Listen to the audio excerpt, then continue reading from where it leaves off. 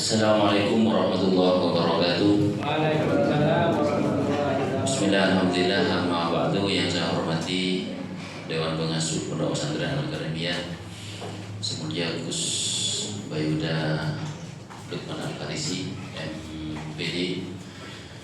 Yang saya hormati Wakil Rektor 1, Wakil Rektor 2, Ketua Senat, Ketua Yayasan, Dekan, Ketua Prodi, kepala lembaga yang hadir pada kesempatan kali ini, Bapak Ibu dosen yang saya cintai. Alhamdulillah di pagi hari ini kita bisa berkumpul bersilaturahim dalam acara di undangan ditulis lepas pisah. Sebenarnya saya tidak lepas dan tidak bisa, tetap di sini. Saya sudah di sini katanya Gibran. Jadi dalam konteks ini kita bersilaturahim karena mungkin lama tidak ketemu, lama tidak kompak, tidak dalam satu forum, sehingga kita hanya ketemu beberapa unsur pimpinan, sehingga pada kesempatan kali ini kita bisa bertemu lengkap bersama dengan beberapa dosen. Selanjutnya salawat beserta salam semoga tetap tercurah limpahkan dari baginda kita baginda Rasul Muhammad ibn Abdillah yang telah mendidik kita terus mengikuti jejak beliau sampai di hari kiamat nanti. Bapak Ibu sekalian, para pimpinan, para rektor, para wakil rektor yang Dewan Pengasuh yang saya hormati. Yang pertama, saya mengucapkan terima kasih. Saya jadi ketua di Al-Karimiyah ini, ketua paling lama dan lengkap dalam perjalanannya. 2000 waktu Pak Senutin melakukan wisuda di Adibodai, itu sebenarnya yang tanda tangan ijazahnya sudah saya sebenarnya. Dan waktu itu saya sudah bawa baju putih, sudah siap-siap naik ke panggung, karena sudah diminta oleh yayasan siap-siap sampai naik ke panggung. Berarti waktu itu saya sudah menjadi ketua sebenarnya 2012. Tapi akhirnya Pak Senutin masih siap, akhirnya Pak Senutin yang naik, saya masih di bawah bersemai Pak Ali Mutofir. 2014 kita buka prodi, kampus ini menjadi sendiri, sehingga 2020, 2018 awal 2019 kita berinisiasi untuk membuka prodi lagi, karena itu hasil survei dari hasil lapangan dari teman-teman ketika BMB turun ke bawah itu, agar hingga state Al-Karimiyah tidak hanya 4 prodi, hanya dibuka beberapa prodi, termasuk salah satunya adalah pemikiran politik Islam. Bahkan dalam analisanya, pemikiran politik Islam ini akan menjadi prodi paling laku di awal analisanya. Kenapa? Karena akan banyak beberapa perangkat desa, orang-orang yang karena titelnya juga tidak SPD tapi ESOS. Jadi ini sangat baik, dan berakhirnya kita tidak ada pendaftarnya hanya 2, dosennya juga lengkap, sehingga prodi ini ditutup. Kalau mau dibuka nanti bisa dibuka kembali. Jadi itu sebenarnya sejarahnya panjang. 2017 itu waktu Prof. Norsam naik dari Dirja, sebenarnya kita sudah tawari agar menjadi institut. Cuma ada beberapa pertimbangan, kita sangat lambat merespon itu, sehingga Prof. Norsam sampai pensiun, sehingga ada keterlambatan di dalam pengurusan. Seandainya beliau waktu Dirja, kemudian waktu beliau masih di Sekjen, itu menjadi cepat bagi kita proses perubahan dari bentuk ini. Sehingga 2020 tanggal 14 diserahkan SK ini. Sebenarnya saya minta tanggal 15 SK itu, tapi dikeluarkan tanggal 14. Kenapa tanggal 14 April itu? Karena pada tanggal 15-nya itu adalah pas hari ulang tahun saya sebenarnya. Tapi oleh Kemenag dikaitkan di tanggal 14-nya. Di tanggal 14-nya, dan alhamdulillah sesuai dengan cita-cita saya, alhamdulillah saya ditakdirkan menjadi rektor. Jadi melengkapi profil saya. Saya waktu ospek di Surabaya itu, Winsa Surabaya, satu-satunya mahasiswa di kokatnya itu yang bercita-cita rektor hanya saya. Padahal saya tidak tahu rektor itu apa. Lah pokoknya rektor gitu. Sampai diketawain kan di kokat besar itu. Siapa rektor itu tidak tahu. Pokoknya rektor. Karena di brosur Yayasan Sunampel Surabaya dulu itu rektor ya ditandatangani oleh Profesor Dr. Ridwan Nasir MA. Saya kenal saya merasa ngobrol. Saya tertarik, wah ini bagus jadi rektor. Akhirnya kita itu mengundang dalam otak bawah sadar saya. Terus dibangun, tercapai semua jadi ketua, jadi staf, nantinya jadi rektor. Perjalanan-perjalanan ini tentu banyak mendidik kita. Ada yang kecewa, ada yang tidak. Dan oleh karena itu pada kesempatan kali ini saya secara pribadi mohon maaf apabila terdapat kesalahan dan kekurangan kepada teman-teman dosen dan para pimpinan yang ada di sini. Kalau terdapat kesalahan, kalau tidak terdapat tidak usah dipikirkan. Kalau ada yang tidak nyaman, misalnya apa, itu saya mohon itu dimaafkan. Apakah disengaja atau tidak? Ya nanti di hari kiamat mungkin akan kelihatan di server apakah disengaja atau tidak kesalahan saya. Jadi sekali lagi saya mohon maaf. Pesan saya mohon dijaga karir Anda masing-masing. Karena terus terang di pilkada ini kompetisi murni, tidak ada yang dibela dosen itu. Makanya sejak awal saya bilang kalau ada kepangkatan diuruslah sehingga Anda menjadi fit, valid berkasnya itu sehingga layak menjadi calon sedos misalnya. Jadi di pilkada ini murni rezeki diatur pangeran. Jadi ada yang baru daftar sedos lulus, ada yang daftar 3 tahun tidak lulus. Nah itu tidak ada intervensi manusia sama sekali, murni dari Allah Subhanahu Wa Taala. Itu urusan rezeki. Saya tidak nawar bahwa ini harus lulus, ini tidak, itu urusan. Jadi silakan, yang penting berkas sampai lengkap. Ini tidak ada musiknya itu, siapa nyangka musiknya itu akan lulus sertifikasi. Yang saya sangka itu yang lain-lain, tapi mun pangeran nggak suka, tak bisa. Jadi itu yang paling terakhir, saya mohon maaf. Jangan terima kasih sudah.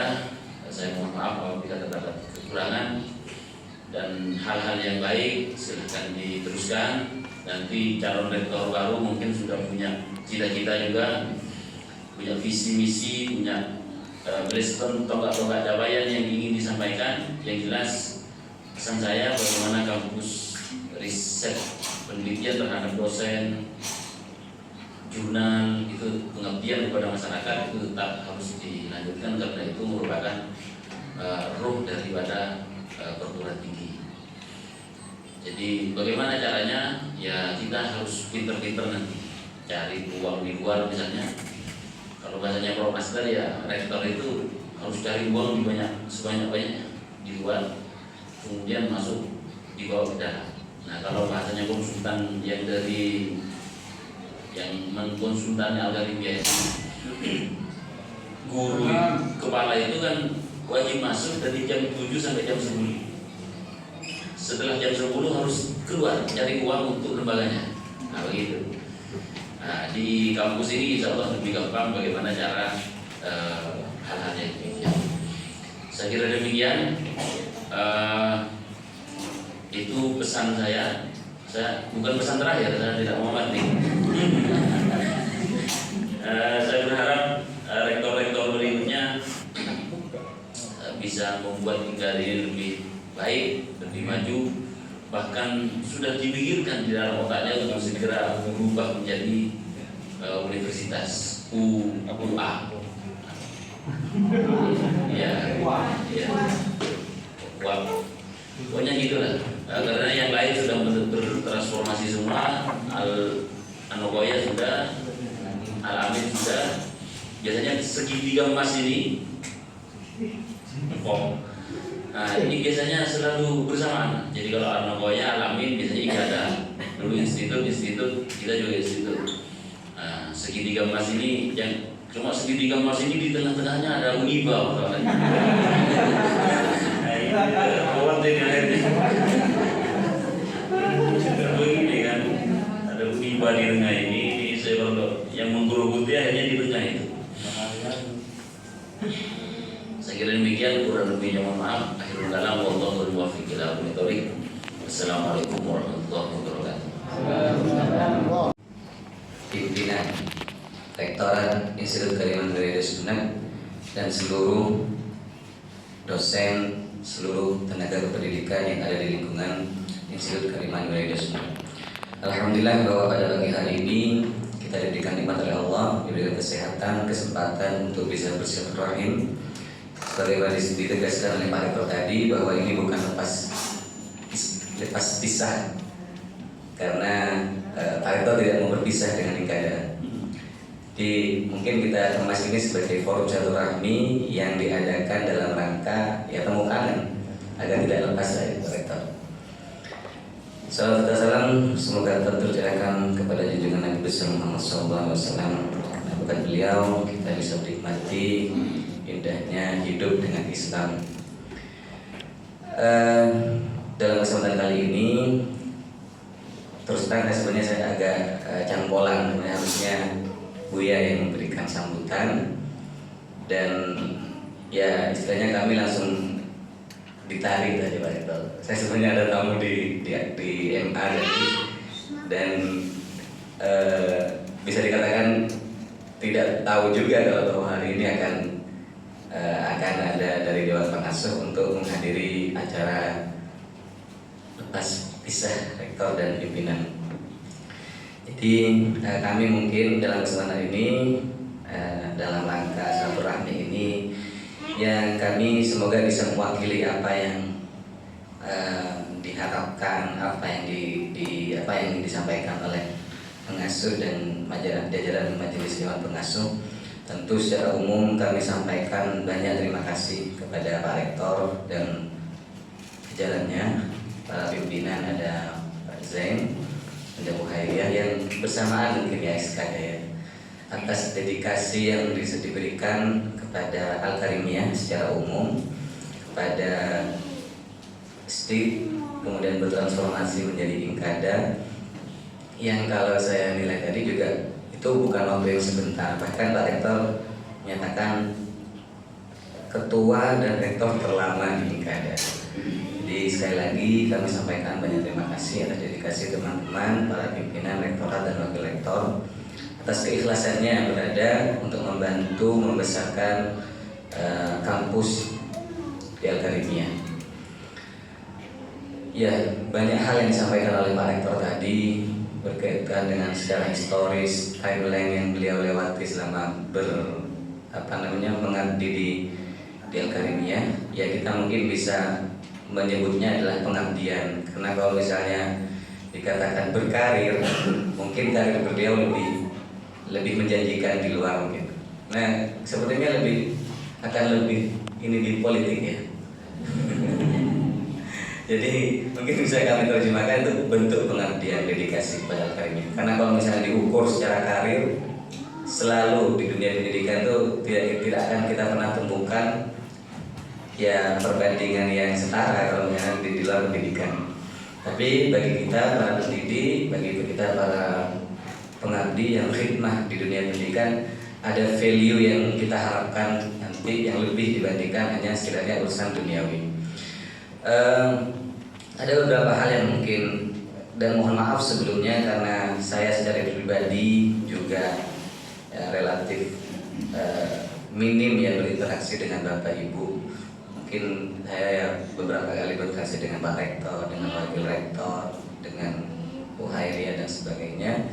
Tapi saya juga mengucapkan terima kasih juga kepada Pak Osnan, Pak Haji Osnan. Beliau ini saya mengenal beliau sebelum ada di Al-Karimiyah. Jadi ya saya berguru mungkin kepada beliau secara kehidupan. Kalau secara mayor pendidikan memang berbeda, tapi banyak hal yang saya ambil dari berinteraksi dengan beliau, dan saya tetap takdim kepada beliau. Beliau juga ya saya waktu itu dikenalkan oleh orang tua saya dengan beliau, dan kami banyak ya beberapa kali berinteraksi dan banyak hal-hal positif yang saya pribadi dapatkan dari beliau. Jadi saya tetap takdim kepada Pak Jasnan. Terima kasih. Kemudian mendengar cerita dari Pak Rektor tadi terkait dinamika-dinamika yang dialami oleh Inkada ini, memang rasa-rasanya kita perlu responsif meresponnya. Tadi di antara tiga bermuda itu ada Uniba gitu ya, ada di tengah-tengah. Biasanya kalau kita pakai teori ini, tiga bermuda itu selalu jatuh biasanya, pesawat yang ada melewati di atasnya. Jadi saya rasa memang dinamika itu selalu terjadi. Jadi dulu mungkin ada masa-masa, kita sebut masa-masa jayanya mungkin ya, di Akademia atau di Inkada, di STI dan sebagainya. Tapi sekarang mungkin ada fluktuasi ya, yang mengalami mungkin ada penurunan dan sebagainya. Tapi memang perlu direspon dengan lagi-lagi kembali kepada kualitas dan pelayanan, karena kita berada di dunia pendidikan. Kompetitor-kompetitor kita sudah selangkah lebih maju dari segi resource, dari segi manajemen dan sebagainya, mungkin sudah lebih awal dibandingkan kita. Jadi walaupun mungkin kita lebih awal dari berdirinya, tapi kalau misalnya kita tidak bisa merespon itu, ya namanya dinamika kan selalu terjadi di kehidupan. Jadi saya berharap kepada rektor terpilih nantinya bisa memberikan ide, gagasan yang bisa merespon terhadap dinamika yang terjadi di Sumeneb secara umum. Karena kalau tidak demikian, tidak untuk kemungkinan. Saya pernah dengar misalnya ada beberapa prodi yang hanya berapa orang gitu. Jadi kalau misalnya itu tidak direspon dengan cepat, dengan strategi dan manajemen yang baik, maka ya kita harus menerima bahwa hukum alam itu siapa yang paling bisa beradaptasi, bukan siapa yang paling kuat, tapi siapa yang paling bisa beradaptasi dengan perubahan lingkungan. Jadi dengan adanya Uniba, dengan adanya perguruan tinggi di Nahdlatul Muta'allimin, ini kan memang suatu hal yang niscaya yang tidak bisa kita pungkiri. Tapi bagaimana kita bisa secara internal bisa memanage apa yang menjadi diferensiasi dari perguruan tinggi. Kalau misalnya Pak Rektor tadi bilang kampus berbasis riset, ya kita tetap matangkan itu sebagai satu diferensiasi yang mungkin tidak dimiliki oleh perguruan tinggi yang lain.